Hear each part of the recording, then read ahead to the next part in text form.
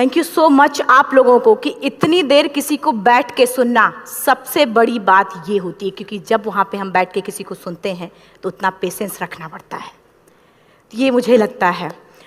और एक्चुअली मैं 26 साल की हूँ। 2011 में चलती ट्रेन से मुझे कुछ बदमाशों ने, मैं वॉलीबॉल चैंपियन भी रह चुकी हूँ, 2011 में चलती ट्रेन से मुझे बदमाशों ने एक गोल्ड चेन पहनी थी, चलती ट्रेन से मुझे उठा के बाहर फेंक दिया था। लखनऊ से दिल्ली आ रही थी मैं।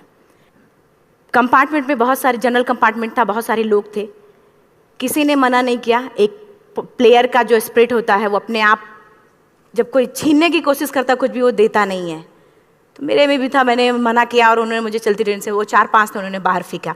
दुर्भाग्य ये था कि उसी समय दूसरी ट्रैक से ट्रेन आई और मैं उस ट्रेन में टकराई, फिर नीचे गिरी, दोनों ट्रेनें निकल गईं। कुछ देर बाद मैंने हाथ को ऐसे रख के उठने की कोशिश किया तो देखा कि मेरा पैर कट चुका था। थाई को उठा के देखा, मेरा पैर ऐसे जीन्स में लटका हुआ था, ब्लड फोर्सफुली निकल रहा, दूसरे पैर की हड्डियाँ टूट टूट के बाहर निकल चुकी थी।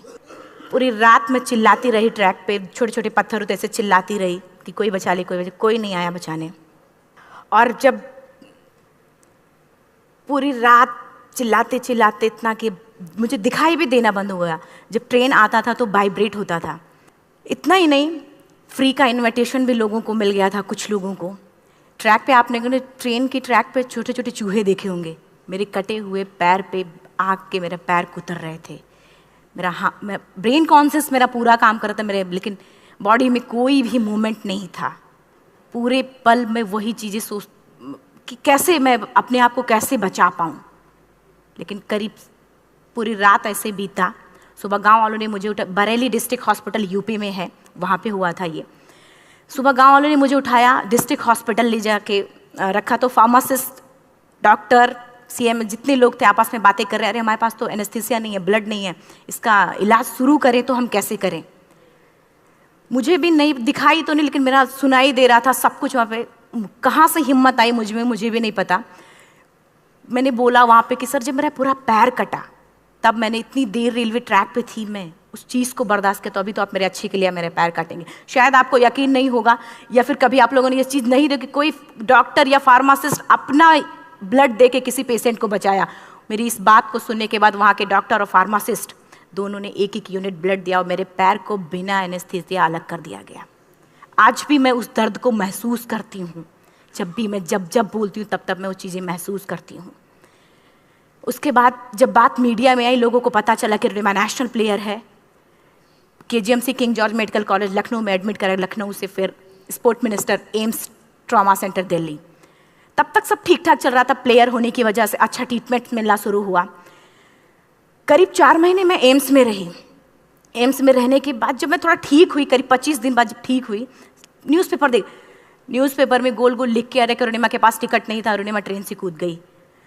उसका खंडन किया घर वालों ने, फिर बोला कि अरुणिमा सुसाइड करने गई थी। जिस लड़की का शरीर का एक अंग कट चुका, पूरी जिंदगी का पता नहीं कि व्हील चेयर है, बैसाखी या पता, यहाँ तक कि मेरे स्पाइन में 3 फ्रैक्चर था, मुझे ये भी नहीं पता था कि मैं बेड से उठ भी पाऊंगी कि नहीं। अंदाजा लगाया जा सकता, सिर्फ अंदाजा लगाया जा सकता है कि उसकी दिलो दिमाग पे क्या चल रहा होगा, उस परिवार की क्या स्थिति रही होगी जब जिस परिवार की एक यंग एज लड़की का इस तरीके का सिचुएशन हुआ हो। फिर भी कहते हैं कि जहाँ चाह होती वहाँ राह मिली जाती है। एम्स के हॉस्पिटल के बेड पे मैंने डिसाइड किया, क्योंकि अपनी बातें हम चिल्ला चिल्ला के करें, वो सिस्टम की इतनी हाई लेवल की बातें हो रही थी कि हम एक मध्यम वर्गीय फैमिली से थे, हम अपनी बातें चिल्ला चिल्ला के कह रहे थे, लेकिन कोई नहीं सुन रहा था। लेकिन कहते हैं मैंने अपने दिल, दिमाग, अंतरात्मा से ये चीज़ सोच लिया कि ठीक है, आज आपका दिन है, जितना चाहो बोल लो, एक दिन तो मेरा दिन आने वाला, मैं प्रूफ कर दूंगी कि मैं क्या हूँ, मैं क्या थी, ये मैं प्रूफ कर दूंगी। हॉस्पिटल के बेड पे डिसाइड किया वॉलीबॉल लाइफ का सबसे टफ गेम करना है, तब मैंने माउंटेनिंग चुना। जब मैंने माउंटेनिंग कहने और करने में बहुत फ़र्क होता है। जब मैंने माउंटेनिंग की बात सोची और लोगों के सामने, सबसे बड़ी चीज़ थी सही गाइडेंस में ट्रेनिंग लेना, दूसरा स्पॉन्सरशिप। इतना बड़ा एक साथ तो मैंने 40 से 50 लाख मैंने वाकई में कभी नहीं देखे थे पहले। मेरे लिए बहुत बड़ी चीज़ थी वो इकट्ठा कर पाना। जब मैंने लोगों के सामने रखा कि मैं माउंटेनिंग करना चाहती हूँ, एवरेस्ट के लिए मुझे ट्राई करना है, हर किसी ने मुझे बोला कि क्या है, पागल हो चुकी हो क्या, तुम्हारा दिमाग खराब हो चुका, तुम कभी नहीं कर सकती माउंटेनिंग। एक पैर आर्टिफिशियल है, दूसरे में रॉड है, और तुम्हारा दिमाग खराब है, स्पाइन में भी फ्रैक्चर है, तुम पागल होगे, चुपचाप कोई नौकरी करो, जीवन यापन करो। क्योंकि लोगों का सबसे बड़ा प्रॉब्लम ये होता है, लोग फिजिकल देखते, पैरों को मेरी अंतरात्मा में क्या चल रहा था वो तो किसी को पता ही नहीं था। मुझे लगता है कि आज यहाँ पे मैं भी सुबह से देख रही हूँ, इतने अच्छी चीजें मैंने सीखी यहाँ पे। बहुत बड़े बड़े स्पीकर को शायद आप लोगों ने भी सुना, आज मैं भी आपको यहाँ पे कि चाहे जितना मोटिवेट करूँ, चाहे जितना चीज़ें मैं बताऊँ, लेकिन मुझे लगता है सबसे बड़ा मोटिवेटर कौन होता? आप खुद। जिस दिन किसी भी लक्ष्य के प्रति आपकी अंतरात्मा जाग गई, आपको कोई नहीं रोक सकता उस लक्ष्य को पाने में। ये मैं किताब से बातें नहीं बोल रही हूँ, ये मैं एक एक पल मैंने वो, ये मैं कोई भी किताब की बातें नहीं, एक एक पल आज जो मेरा 26 साल का एक्सपीरियंस है वो मैं बता रही हूँ सिर्फ आपको। उसके बाद किसी तरीके से मैनेज किया मैंने। भाई साहब, मेरा परिवार मेरा बैकबोन था। परिवार ने मुझे, भाई साहब ने मुझे कहा कि मैडम बछेंद्री पाल जिन्होंने 1984 में एवरेस्ट समिट किया, उनसे मिलते हैं, वो जरूर कुछ ना कुछ करेंगे। हॉस्पिटल से निकलने के बाद मेरे राइट लेग में स्टिचेस लगी थी। मैंने डायरेक्टली घर जाने की बजाय, जब लोग ये सोचते हैं कि मुझे अपना जीवन यापन कैसे करना है, जब लोग ये सोचते हैं कि मुझे अपनी ज़िंदगी के, मेरे दिमाग में सिर्फ 2 चीज़ें चल रही थी, मुझे इनका जवाब कैसे देना है और एवरेस्ट समिट कैसे करना है। फर्स्ट तुरंत गए बछेंद्री मैम के पास। जब मिले, मैम ने फर्स्ट टाइम जब मुझे देखा तो उन्होंने कहा, अरुणिमा, उनकी आंखों में आंसू आ गए। उन्होंने बोला, अरुणिमा, तूने ऐसी हालात में एवरेस्ट जैसे दुरूह पहाड़ के बारे में सोचा तो तूने अपने अंदर तो एवरेस्ट फतह कर लिया, अब तो सिर्फ लोगों के लिए। मेरे परिवार को छोड़ के बाहर की पहली ऐसी महिला थी जिन्होंने मुझ पे भरोसा किया था कि हाँ अरुणिमा, तुम कर सकती हो। मेरे लिए वही बहुत बड़ी चीज़ थी। प्लानिंग भी कर ली, मैम भी मिल गई, सब हो गया। लेकिन जब उतरते हैं फील्ड में तब पता चलता कि हम क्या हैं। रोड हेड से मैं पहुंच गई। मैडम ने कहा कि ठीक है, तुम्हारे कहने, तुम्हारे सोचने से कुछ नहीं होगा अरुणिमा, प्रूफ करो कि कर सकती हो। मैंने कहा बस एक मौका चाहिए मुझे। वाकई में जब मैं माउंटेन में पहुंची, रोड हेड से बेस कैंप लोगों को 2 मिनट लगता था, मुझे 3-3 घंटे लगते थे, क्योंकि मेरे राइट लेग की हड्डियां भी नहीं जुड़ी थी। लेफ्ट मेरा आर्टिफिशियल लग चुका था, लेकिन स्टंप एकदम रेड, उसका मतलब घाव एकदम नए थे। मैं अगर पैर रखती थी तो मेरे पैर से जोर से अगर दबा देती थी तो पैर से मेरे ब्लड आने लगता था। सारे लोग नॉर्मल थे वहाँ पे। हर कोई ये बोलता कि एक पीक के लिए जाते थे तो हर कोई मुझे ये बोलता कि अरुणिमा, तुम धीरे धीरे आओ। मेरे दिमाग में हर बार यही बात चलती थी कि क्या है, मैंने एवरेस्ट का प्लान किया, मैं इनके बराबर भी नहीं चल पा रही हूँ। खुद से संकल्प लिया कि कोई बात नहीं, एक दिन ऐसा आएगा कि मैं इनसे पहले जाऊँगी। और आपको शायद यकीन ना हो, आने वाले 8 महीने बाद पूरा का पूरा वेट उठा के बेस कैंप से साथ निकलते और टॉप पे पहले पहुंचते। ऐसे करके देखते थे कि अरे ये लोग तो पीछे। खुशी होती थी। उससे भी ज़्यादा मुझे खुशी तब होना शुरू हुआ जब वो सारे लोग आके मुझसे ये पूछते, मैडम खाते क्या हो, बता दो, पैर नहीं है फिर भी कैसे चलते हो। उसके बाद पूरा मुझे स्पॉन्सरशिप मिला। मैं जब एवरेस्ट के लिए गई, मेरे लिए सबसे बड़ा, एवरेस्ट की जर्नी में मेरे सबसे बड़ा चैलेंज यही था कि दूसरे को समझा पाना। मैं नहीं समझा पाती कि भाई मैं कर सकती हूँ। जब मैं एवरेस्ट के लिए, शेरपा होता, शेरपा को जब ये बात पता चला कि मेरा प्रोस्थेटिक लेग है, आर्टिफिशियल लेग है, दूसरे में रॉड, बोला नहीं ले जा सकता, इसकी वजह से तो मेरी भी जान जाएगी। मैडम ने, हमने सबने कन्विंस किया किसी तरीके से। मन वाकई में जो टीवी में हम और उसमें फोटोज़ में देखते हैं, ब्लू और ग्रीन आइस, हिला देने वाला होता। जितना सुंदर दिखता उतना ही हिला देने वाला होता। जब मैं, हमारे ग्रुप में 6 लोग थे, रॉकी एरिया तक मैं सबसे पहले थी, लेकिन जैसे ही मैं ग्रीन और ब्लू आइस में गई, मेरा आर्टिफिशियल लेग स्लिप कर जाता था। फ्रंट पॉइंटिंग से, जब मैं फ्रंट क्रैम्पोन से फ्रंट पॉइंटिंग मारती थी, लेफ्ट से पेन होता था तब भी करते, लेकिन आर्टिफिशियल जैसे फ्रंट पॉइंटिंग मूव हो जाता, मेरा पैर ही मूव हो जाता था। शेरपा मुझे बोला नहीं हो सकता अरुणिमा, जबरदस्ती मत करो। मैंने कहा कुछ नहीं, ये मेरा पैर है, मैं जानती हूँ कैसे चलेगा। फाइनली 1-2 बार 3 बार करने, 4 बार 5 बार होल हो जाता था, आइस थोड़ा टूट के निकलता था, तो मैं वहाँ पैर रख के जाती थी। कैंप 3 तक ठीक था, प्रॉपर एक्लेमेटाइज किया अपने आप। कैंप 3 तक जनरली गए। बात जब कैंप 3 के ऊपर की होती है, साउथ कोल समिट, अच्छे माउंटेनियर, अच्छे दिलेर के हौसले धरे के धरे तब रह जाते हैं जब अपनी आंखों के सामने किसी को मरता देखता है, और दिमाग में बात, जब जिसको डिसीजन मेकिंग, और जब दिमाग में बातें जब ये आने लगती हैं कि अरे जिस चीज़ के लिए हम जा रहे हैं उसी चीज़ के लिए आदमी मर रहा है, इसी चीज़ के लोग लिए मर चुके हैं। रात में क्लाइंबिंग, ज़्यादा से ज़्यादा माउंटेनिंग रात में की जाती है क्योंकि वेदर शांत होता है। जब मैं रात में निकली साउथ कोल से, कैंप 4 से, मेरी हेडलाइट जिधर ही हेडलाइट जा रही थी उधर ही डेड बॉडीज़ मुझे नज़र आ रही थी। मेरे रोंगटे खड़े हो रहे थे, मुझे समझ में नहीं आ रहा था कि मैं करूं तो क्या करूं। इतना ही नहीं, मैं जिस रोप में थी उसी रोप में जब मैं आगे जा रही हूं और एक बांग्लादेशी, उनका हाथ हल्का हल्का ऐसे हिल रहा, मुंह से आवाज आ रही थी। मैं एक्सप्लेन नहीं कर सकती मुझे कितना डर लग रहा था। बार बार ये बार बार मन में आती, इसका ऑक्सीजन खत्म हुआ है, ये मर चुका है लास्ट सिचुएशन में, और हम कुछ नहीं कर पा रहे हैं, क्या करें। उसके बाद मैंने 10 से 15 मिनट सिर्फ मैं वहाँ खड़ी रही। मैंने सिर्फ इतना बोला कि अगर आप सभी में से सभी ने एवरेस्ट सबमिट कर लिया तब तो ठीक है, अगर नहीं सबमिट किया है मैं सबके लिए एवरेस्ट सबमिट करूँगी और जिंदा वापस जाऊँगी। क्योंकि जैसा हम सोचते हैं हमारी बॉडी उसी तरीके से जनरेट करना शुरू करती है।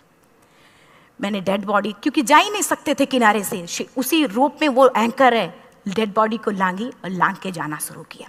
हिलेरी स्टेप साउथ समिट के करीब जब मैं खुद पहुंची, मेरे शेरपा ने एक जोर से झटका मुझे दिया कि अरुणिमा वापस चलो, तुम्हारा ऑक्सीजन खत्म हो रहा है। हिलेरी स्टेप के बाद एवरेस्ट समिट है, थोड़ा चलने के बाद एवरेस्ट समिट है। अगर कोई आपसे ये बोले, आप अपने टारगेट के इतने करीब हो, अगर कोई आपसे ये बोले कि अरुणिमा वापस चलो, कैसा लगता है? मैंने भी यही बोला, सर क्या बोल रहे हो आप, मैं नहीं जाऊंगी वापस। बोला अरुणिमा जिंदगी रही, दोबारा ट्राई करना और एवरेस्ट समिट हो जाएगा दोबारा तुम्हारा। मैंने कहा नहीं, ये आप जिंदगी में गोल्ड चांस बार बार नहीं आते, लाइफ में कभी कभी आता है, ये आपके ऊपर आता, आप उसको पकड़ के रखते हो या फिर छोड़ देते हो। मैं अपना गोल्ड चांस कभी नहीं, क्योंकि मैं जानती थी मुझे स्पॉन्सरशिप बहुत मुश्किल से मिला, एक बार अगर मैं छोड़ देती दोबारा मुझे कभी नहीं मिलता। मैं बहुत अच्छी तरीके से जानती थी। मेरा फाइनली मुझे बछेंद्री मैम ने भी एक बार बात समझाई थी, मेरी माँ ने मुझे एक बात बताया था कि लाइफ में कभी कभी सिचुएशन ऐसी आती है जब सिर्फ आप अकेले होते हो, डिसीजन सिर्फ आपको लेना होता है। जहां पे भी होना, खड़े होकर हल्का सा पीछे मुड़कर देखना और ये सोचना कि आप एक एक कदम चल के यहां तक पहुंचे हो, सिर्फ अपना एक कदम आगे बढ़ाना, तुम देखना कुछ देर बाद तुम टॉप पे होगी। मेरे दिमाग में उनकी बातें वीडियो की तरह चल रही थी और सिर्फ एवरेस्ट का टॉप चल रहा था। मैंने शेरपा को पहले कन्विंस करने की कोशिश की कि भाई चल, कुछ नहीं होगा भाई चल। फाइनली जब वो नहीं माना, मैंने एक कदम आगे बढ़ाया, डिसीजन लिया कि नहीं जाना ही जाना है। आगे बढ़े, करीब 1 से 1.5 घंटे बाद मैं टॉप पे थी। और इतना ही नहीं, आज भी मैं जितनी बार बोलती हूँ उतनी बार मैं महसूस करती हूँ, मेरे रोंगटे खड़े हो जाते हैं, मेरा दोनों हाथ ऊपर करके जोर जोर चिल्लाने का मन कर रहा, कितनी जोर से चिल्लाऊं, इतनी जोर से चिल्लाऊं कि सबको बता दूं कि आज मैं टॉप ऑफ द वर्ल्ड पे हूं। उन लोगों को बता दूं जो लोग ये सोचते हैं, लड़की, दूसरे विकलांग, तीसरे मिडिल क्लास में, जो लोग एक बार हार के फिर दोबारा लड़ना नहीं चाहते, जो लोग हारने के बाद सोचते हैं कि हम दोबारा कुछ कर नहीं सकते, उन लोगों को मैं चिल्ला चिल्ला के टॉप से बताना चाहती थी कि नहीं, आप सब कुछ कर सकते हो, सिर्फ एक सोच की विकलांगता, हैंडीकैप आदमी यहाँ से होता है, यहाँ से नहीं। अगर यहाँ से जो आदमी विकलांग है तो नॉर्मल आदमी भी विकलांग है, जो अगर यहाँ से विकलांग है। चिल्ला चिल्ला के मैं बताना चाहती थी। मैंने शेरपा से कहा कि आप एक फोटो खींच लो, क्योंकि सारे लोग फोटो, अपना नेशनल फ्लैग का जो वैल्यू होती है ना, वो जो हम कहीं बाहर होते हैं तो पता चलता है। मुझे भी बहुत खुशी हो रही थी, फ्लैग को हग किया और बोला फोटो खींचो। बोला पागल हो गई है, तेरा ऑक्सीजन कभी भी खत्म हो जाएगा, नीचे चल। नहीं, फोटो खींच लो। फोटो खींचा उसने। वो तो अगली बार इतना तेज गुस्सा हुआ, मैंने उसको बोला कि भाई वीडियो भी बना ले। 8848 की हाइट पे ऑक्सीजन खत्म हो रहा है, आज हम भी हंस रहे हैं आप लोगों के साथ क्योंकि यहाँ पूरा ऑक्सीजन है। और 8848 की हाइट पे जब मुझे शेरपा, कोई भी शेरपा को बोलेगा भाई वीडियो बना, तो परेशान हो जाएगा, पागल हो चुकी, कि तुम मर जाए, यहाँ मैं जा रहा हूँ नीचे। मैंने कहा नहीं, कुछ नहीं होगा, आप बनाओ वीडियो। किसी तरीके से मैं 4-5 पेयर बैटरी रख के लेके गई कि डिस्पोजल कैमरा, एक अलग कैमरा, कि मतलब एक नहीं काम करेगा तो दूसरा करेगा, प्रॉपर प्लानिंग से। शायद आप लोग भी सोचो कि वाकई में लड़की को इतना बड़ा रिस्क लेने की क्या जरूरत थी, कि जिंदगी कभी भी जा सकती थी इसकी। लेकिन मैंने वो रिस्क लिया क्यों? क्योंकि मैं चाहती थी, कहीं ना कहीं से मेरे भी दिमाग में ये बात आ चुका था कि मैं जिंदा वापस ना जाऊं। मैं चाहती थी कि अगर मैं जिंदा ना जाऊं तो ये वीडियो मेरे इंडिया शेरपा से मैंने यही बात बोली, ये वीडियो अगर मैं जिंदा नहीं जाती, ये वीडियो मेरे इंडिया पहुंचा देना, मेरे यूथ तक चला जाएगा। क्योंकि मैं चाहती थी कि 11 अप्रैल 2011 को मेरा एक्सीडेंट हुआ, 21 मई 2013 10:55 पे मैं टॉप ऑफ द वर्ल्ड पे थी। ऑलमोस्ट 1 से 2 साल के अंदर कैसे यहाँ से मैंने ये चीज़, मैंने कभी भी कामयाब होने के, मेरी वो जिंदगी बन चुकी थी, मेरा जुनून बन चुका था, मेरा पैशन मेरा जिद बन चुका था। वो मेरा सोते उठते बैठते सिर्फ मुझे एवरेस्ट दिखाई जाए। और मुझे लगता है किसी को भी अगर अपना लक्ष्य पाना है, यहाँ से अगर वो पागलपन जब तक नहीं आएगा तब तक नहीं होगा। वो फाइनली उसने वीडियो भी बनाया। आप बोल रहे फटाफट रोनिमा नीचे भागो। जब मैं टॉप पे थी तो कुछ लोग और भी थे, लेकिन 10:55 पे मैंने एवरेस्ट समिट, 11 बजे के बाद अगर कोई अटैम्प्ट करने की कोशिश करता है उसको सुसाइड अटैम्प्ट बोलते हैं। जैसे ही मैं नीचे चलना शुरू की, मैंने कहा भाई हाँ चल नीचे चलते हैं। ज़्यादा से ज़्यादा मौतें नीचे आते वक्त होती हैं एवरेस्ट पे। जब मैं नीचे आ रही हूँ, थोड़ा दूर ही मैं नीचे चली थी, मेरा ऑक्सीजन पूरी तरीके से ख़त्म। सिर्फ अंदाज़ा लगा सकता कि जब ऑक्सीजन ख़त्म हुआ क्या परिस्थिति रही होगी। मैं ऐसे नीचे गिर गई और शेरपा मुझे बोला कि रोनिमा मुझे यकीन नहीं था कि तू एवरेस्ट सबमिट कर पाएगी, लेकिन फिर भी तूने किया। मैं चाहता हूँ कि रोनिमा जिंदा चल, तू वापस उठ, खड़ी हो। मुझे खड़ा करने की वो कोशिश कर रहा था बार बार, मैं खड़ी नहीं हो पा रही थी, वाकई में दम ही नहीं था। लेकिन फिर भी कहते हैं कि जैसे हमारे नियम होते हैं वैसे ऊपर वाले के भी नियम हैं। उसकी लिस्ट में जब मेरा नाम नहीं है तो वो मुझे नहीं ले जा सकता। अगर दूसरी चीज़, मेरा कॉन्सेप्ट एकदम क्लियर हो चुका था। जब रेलवे ट्रैक पे मैं थी, रेलवे ट्रैक पे 7 घंटे में पड़ी थी, 49 ट्रेन अप डाउन हुई थी, तो मेरा कॉन्सेप्ट एकदम क्लियर हो चुका था। इसका मतलब है कि ऊपर वाले ने अगर मुझे कुछ बचाया है तो कुछ ना कुछ इतिहास रचने के लिए बचाया है। मैंने पॉजिटिव तरीके से सोचा। और उसी समय एक ब्रिटिश क्लाइंबर नीचे से ऊपर आ रहा था और उसके पास 2 ऑक्सीजन, तो उसने एक को वहीं फेंका और दूसरे को लेके नीचे जाना शुरू किया क्योंकि वेदर ख़राब था। मेरा शेरपा मुझे एंकर किया और जाने लगा नीचे, और वो फटाफट उसको लेके आए, मुझे लगाया। उसने बोला रोनिमा तू बहुत लकी है कि तुझे यहाँ पे ऑक्सीजन मिला है। वाकई में ऊपर वाला भी चाहता है कि तू जिंदा रहे। वो मुझे बार बार लकी लकी बोल रहा था। शायद आप लोग में से भी कोई होगा कि जो लक और भाग्य जैसी चीज़ों पे यकीन करता हो, या पता नहीं भी।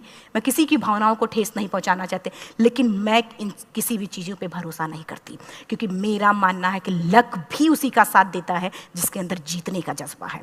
अगर आपके अंदर जीतने का जज्बा नहीं है, चारों तरफ सिर्फ बहाने होते हैं, सिर्फ बहाने, इतना सारा एक्सक्यूज़ होता है। शायद मैं भी अगर वापस आ गई होती तो मैं बोल देती मेरा ऑक्सीजन खत्म है, कोई मुझसे पूछने ना बछेंद्री मन, न मेरा परिवार, कोई भी मुझे पूछने नहीं आता। लेकिन क्या कभी मैं अपने आप को समझा पाती? कभी नहीं। फाइनली जो भी था, लक भाग्य किस्मत में नीचे आ रही थी, बहुत खुश थी। माउंटेन, डेड बॉडीज, मेरा शेरपा, ये लोग थे। मैं किसी से शेयर भी नहीं कर पा रही थी कि अरे मैंने एवरेस्ट सबमिट किया, किसी से शेयर भी नहीं कर पा रहे थे। फटाफट मैंने नीचे हील मार के, हमारे से हील मार के नीचे आ रहे थे। एकाएक मेरा प्रोस्थेटिक लेग, पूरा का पूरा लेग ही निकल गया। -60 डिग्री तक टेम्परेचर डाउन हो जाता है एवरेस्ट पे। मेरा हाथ वगैरह ये सब ऐसे मूवमेंट, ऐसे मुड़ नहीं रहा था, ब्लड निकलने लगा था, ये सब यहाँ था। मुझे शेरपा से मैं बोल रही हूँ कि ऑलरेडी मेरा पैर कटा हुआ है, अगर दिमाग में ये बात है कि मेरा हाथ भी काटना पड़ेगा, कैसा लगेगा मेरे दिमाग में। क्योंकि ये ऐसा मूवमेंट, रेड 3 स्टेज होती हैं। रेड मेरा हो चुका था, रेड, ब्लैक, ब्लू, ब्लैक हो तो काटना पड़ेगा। तो बार बार मैं बोल रही हूँ शेरपा से कि भाई हाथ मेरा कुछ हो रहा है, इसमें मूवमेंट नहीं हो रहा है, यहाँ सबसे ब्लड हो रहा है। बोला रोनिमा कुछ नहीं, जितना नीचे जाएंगे उतना अच्छा होगा। प्रोस्थेटिक लेग मेरा निकल चुका है, मैं रुकी हूँ, मेरा ऑक्सीजन चल रहा, बड़े मुश्किल से लक भाग्य किस्मत जो भी था मुझे मिला था। शेरपा मेरे आगे है, लास्ट मोमेंट तक वो मुझे बोलेगा, अगर वो मैं नहीं चलती वो मुझे छोड़ के चला जाए। गलती उसकी भी नहीं होती, क्योंकि वो क्या करे, क्लाइंबर की वजह से या तो अपनी जान वो भी दी, गलती उसकी भी नहीं है। लास्ट में मेरी आंखों से आंसू निकलने लगा। मैंने सोचा क्या करूं अब, रोने अपने आप आंसू कहीं ना कहीं से आ ही जाता है। दूसरे पल मुझे समझ में आ गया कि रोने धोने से कुछ नहीं होगा। मैंने आंसू को पोंछा और रोप, जो मेरी रोप थी, रोप को पकड़ा, दूसरे हाथ से आर्टिफिशियल लेग को, पैर को घसीट के चलना शुरू हो गया, क्योंकि मेरे पास यही था। ये तो दूसरा था, गिव अप कर दो ही चीज़ थी।